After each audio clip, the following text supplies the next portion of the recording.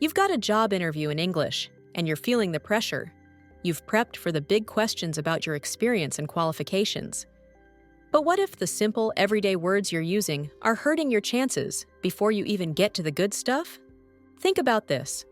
One study found that resumes with language errors can lead to a huge drop in the likelihood of getting an interview. In fact, other surveys show a majority of recruiters would automatically dismiss a candidate's resume if they spot a typo. For non-native speakers, the stakes are even higher. Recruiters, whether they mean to or not, often see language as a sign of your professionalism, attention to detail, and overall competence. These aren't just huge grammar blunders. Sometimes they're small, common mistakes that can make you sound less professional than you really are. But here's the good news. You can fix them. In this video, I'm going to walk you through 10 of the most common and damaging English mistakes I see non-native speakers make in job interviews, and I'll give you simple ways to correct them. By the end, you'll know exactly what to say to sound confident, polished, and ready to land that dream job. The difference between a good interview and a great one often boils down to communication. It's not just what you say, but how you say it. For non-native English speakers, this is where the biggest challenge and the biggest opportunity is. Simple errors can accidentally give recruiters the wrong impression. Research shows that employers may view language mistakes not just as slip-ups, but as a reflection of your attention to detail and ability to communicate effectively in a professional role. The thing is, many job candidates don't even know they're making these mistakes. They're often subtle habits that feel right, but just sound a little off to a native speaker. Today, we're putting a spotlight on these hidden traps. We'll go through them one by one, so you know what to look out for and can make sure your skills and experience are what really shine through. Let's get started. Mistake number 1. Confusing bored and boring. The first mistake is incredibly common and can completely flip the meaning of your sentence. It's mixing up ed and ing adjectives, especially words like bored and boring. Here's how it happens. A candidate is asked about a previous job and says, "My last job was very bored." What they want to say is that the job was uninteresting. But what they've actually said is that the job itself felt the emotion of boredom, which doesn't make sense. It's a grammatical hiccup that can immediately cause a little confusion. The correct way to say this is, "My last job was very boring." Or, to sound even more professional, you could say, "I found the work in my last role to be unchallenging, which is why I'm seeking a position with more dynamic responsibilities." The rule is simple. The ing form, boring, interesting, describes the thing that causes the feeling. The ed form, bored, interested, describes the feeling you have. Getting this right is a small change that makes a big difference in your professional communication. Mistake number 2, confusing scared and scary. Just like our last point, this ed versus ing mix-up can create some awkward moments. This time, with the words scared and scary.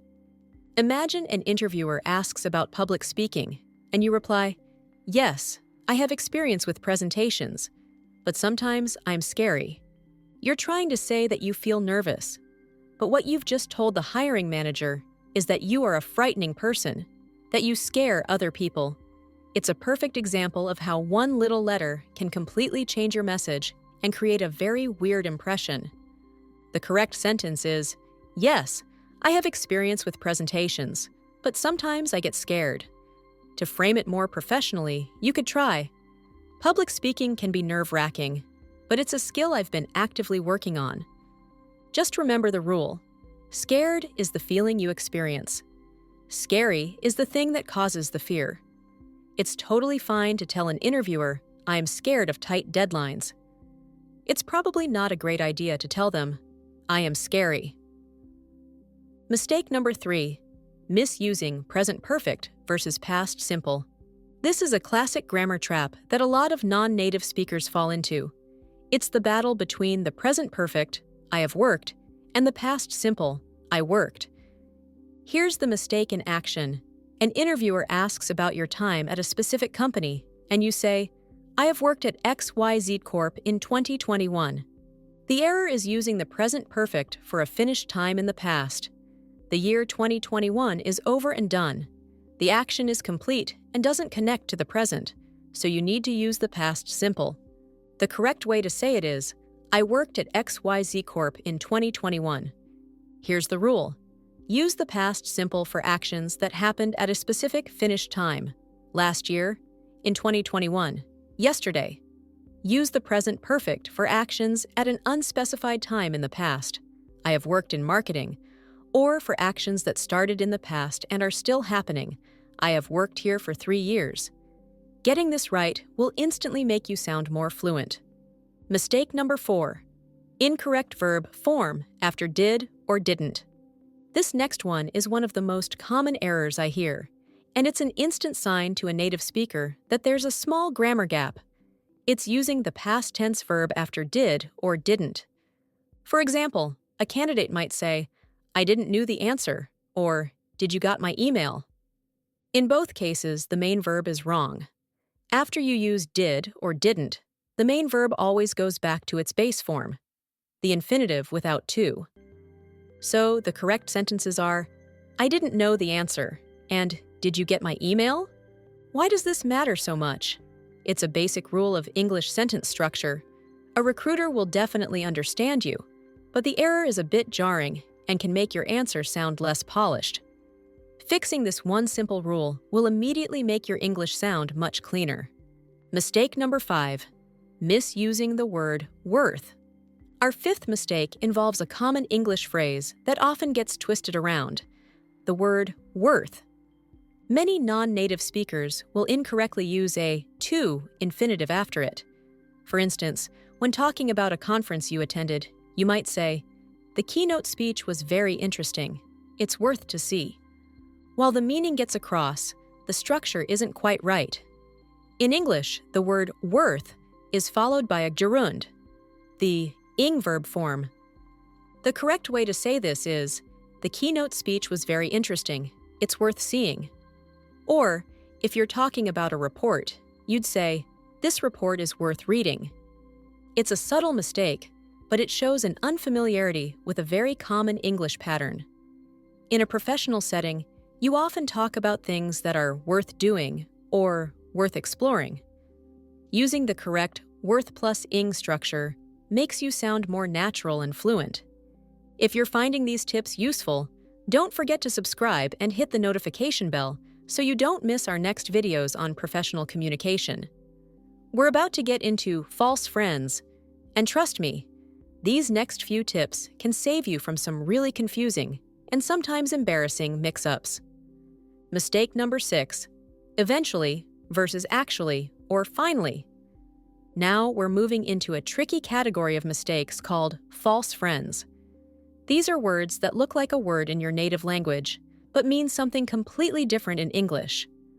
Our first example is eventually. In some languages, like French, the word éventuellement means possibly or perhaps. So, a speaker might say, I will eventually finish the report by Friday, thinking it means I might finish it by Friday. But in English, eventually means in the end, after some time or delay. When you say, I will eventually finish the report, you're accidentally telling your future boss that it's going to take a while and might be late. What you probably mean to say is something more direct. I will finish the report by Friday. Or, if you're talking about a past project, after a few setbacks, I finally solved the issue. Understanding false friends is so important.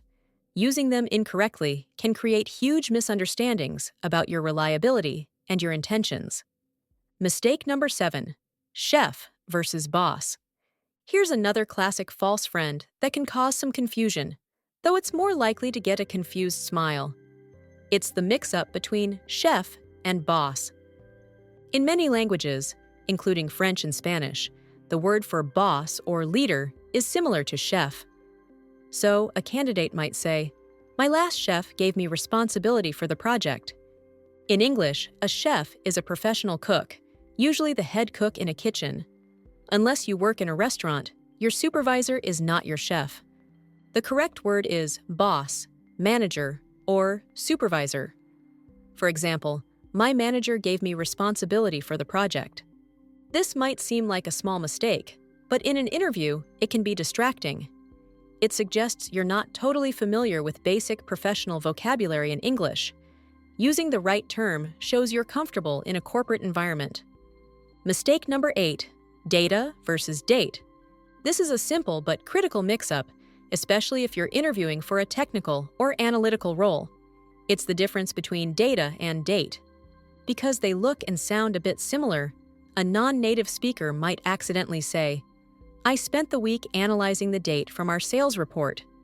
In this sentence, date refers to a day on the calendar, like January 31st. What you really mean to talk about is data, which is information, facts, and statistics. The correct sentence is, "I spent the week analyzing the data from our sales report." This is more than a pronunciation slip. It's a vocabulary error that can make your point completely unclear. In any job that involves handling information, sales, marketing, finance, you name it, being precise with a word like data is a must. Making this mistake could accidentally raise questions about your attention to detail. Mistake number 9, pension versus salary. This next false friend can cause some serious confusion when the conversation turns to money. It's the mix-up of pension and salary. In some languages, the word for regular pay is similar to pension. This can lead a candidate to say something like, "In my previous role, my monthly pension was $4,000. In English, a pension is a retirement fund that pays you an income after you stop working. Your salary, saris, on the other hand, is the money you earn from your job, usually paid every month. The correct statement would be, "In my previous role, my monthly salary was $4,000. You can imagine the confusion this would create. The interviewer might think you're talking about retirement benefits instead of your actual earnings, leading to a huge mismatch in expectations. When you're talking about pay, always use words like salary or compensation to make sure you're both on the same page. Mistake number 10, confusing receipt, prescription, and recipe. Our final mistake is a group of 3 everyday words that sound just similar enough to get mixed up: receipt, prescription, and recipe. Let's quickly define them. A receipt is the piece of paper you get after you buy something. A prescription is an order for medicine from a doctor. And a recipe is a set of instructions for cooking. While these exact words might not come up in every interview, they represent a common challenge: easily confused words. For example, someone interviewing for a job in the food industry might accidentally talk about the receipt for a famous dish. Why does this matter? Being able to tell these common words apart shows you have a solid, practical command of English. It adds to the overall impression that you're fluent and confident. Stumbling over them can make you seem hesitant. Practicing these tricky words helps build the confidence you need to speak clearly throughout the entire interview. We've covered 10 mistakes, but if there's one that does the most damage, it's mistake number 4, using the wrong verb form after did or didn't.